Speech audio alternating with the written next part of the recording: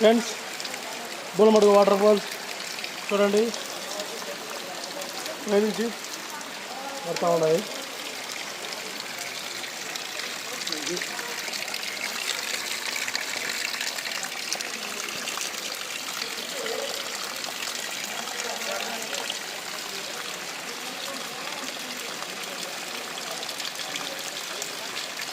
మేము present బుల్లమడుగు water falls దగ్గర last danger point దగ్గర ఉన్నాము.